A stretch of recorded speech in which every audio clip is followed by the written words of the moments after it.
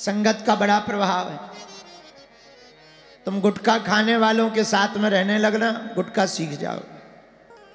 तुम कुछ दिन बॉडी बिल्डर वालों के साथ में रहना, अपने आप जिम जाने लगो। जिम नहीं भी जाओगे तो सुबह सुबह टहलने जाने लगोगे।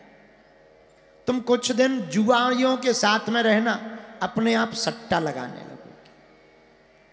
तुम कुछ दिन ऐसी बहन जी के साथ रहना माता जो दूसरों की चुगली करती है, तुम्हें अपने आप आने लगेगी और वही दिमाग में चलेगा, लगातार वही चलेगा। भैया गांव में एक जुआरी होता है, पूरे गांव को जुआरी बना देता है। एक बीड़ी पीने वाला पूरे मित्रों को बीड़ी पिलाना कई बार सिखा देता। कुछ मित्र गंभीर भी होते हैं पर सब नहीं होते। ऐसे ही एक जगह घटना घटी। एक आदमी लकड़ी काट रहा था, लकड़ी काटते काटते बेचारे की नाक कट गई।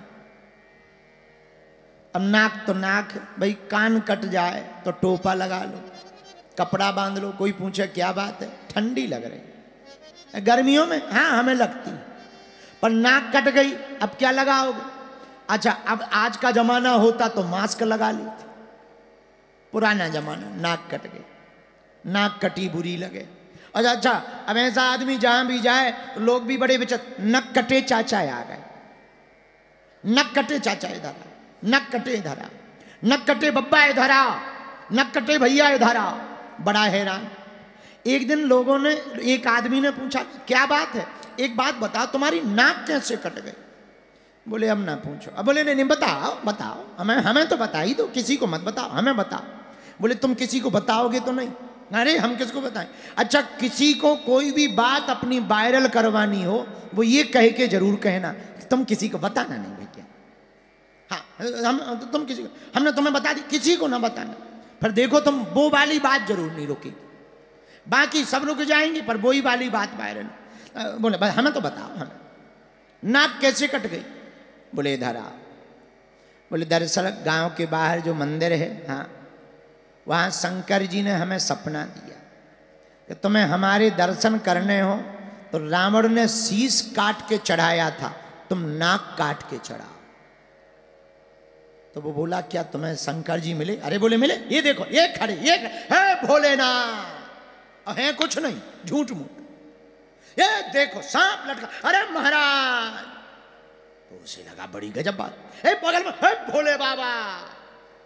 तो आदमी को लगा, वो भी शंकर जी का थोड़ा मोड़ा भक्त था। बोले यार दर्शन तो हमें भी करना। बोले ऐसे तो होंगे नहीं। इसने मन में सोचा अपनी तो कटी है, एक से भले दो सही। बोले ऐसे तो नहीं होंगे। बोले फिर? बोले चलो तुम भी काटो। वो गया मंदिर, उसने ली चाकू और ली काट के चढ़ा दी, और जैसे ही चढ़ाई खून बहने लगा। बोले हमें तो शंकर जी कहीं नहीं दिख रहे। बोले तुम किसी को मत बताना, हमें भी नहीं दिख रहे। आओ आओ आओ। बोले ना तुम बता लेना, हमें भी नहीं दिख रहे। बोले तो बड़े बेकार आदमी हो। बोले वाह हम अकेले थे, अब दो तो हो गए। तो दूसरा भी कम नहीं था, मेरठ का ही था। बोला पर दो क्यों, तीन कर लो। बोले कैसे? पड़ोस में रहते थे रम्मू चच्चा। बोले रम्मू इधर आ। हाँ। तो उसने पूछा भैया पहले तो एक, अब दो दो लोगों की नाक कैसे कट गई? अरे बोले ऐसे। अरे बताना। अरे बताओ तो। अरे बोले ये भोलेनाथ, ये जी खड़े, जी आगे, जी आगे, महाराज महाराज। अरे भाई कौन है? यहाँ तो कोई नहीं है। नाक काट के जो चढ़ाता है उसे शंकर जी दिखते। धीरे धीरे पूरे गांव ने नाक कटवा ली। पुरुषों की तो छोड़ो, महिलाओं ने कटवा ली। महिलाओं की तो छोड़ो, बच्चों ने कटवा ली। बोले क्या? बोले शंकर जी दिखेंगे, और किसी को नहीं दिख। पूरा गांव नककटा हो गया, एक सिंगल आदमी नहीं बचा। जवान तो छोड़ो, बूढ़े बोले मर तो रही है, शंकर जी के दर्शन करके मरो। तो जो दो थे उनने बूढ़े पहले टारगेट करे, सब बूढ़ों की नाक कटवा दी। लोग बोले नाक, अगल बगल के गांव वाले आवे, भैया इस गांव में क्या है? तो जिसकी पहले नंबर पे कटी थी, बोले सबकी एक जैसी है। हमारी भर थोड़ी है, यहाँ सबकी एक जैसी ही है। ये संगत का बड़ा विचित्र प्रभाव होता है, एक आदमी सब बदल देता है। मेरे पागलों, जब एक नाक कटवाने वाला पूरे गांव की नाक कटवा सकता है, तो मेरठ के लोगों, एक कट्टर हिंदू पूरे मेरठ को भी कट्टर हिंदू बनाया जा सकता है।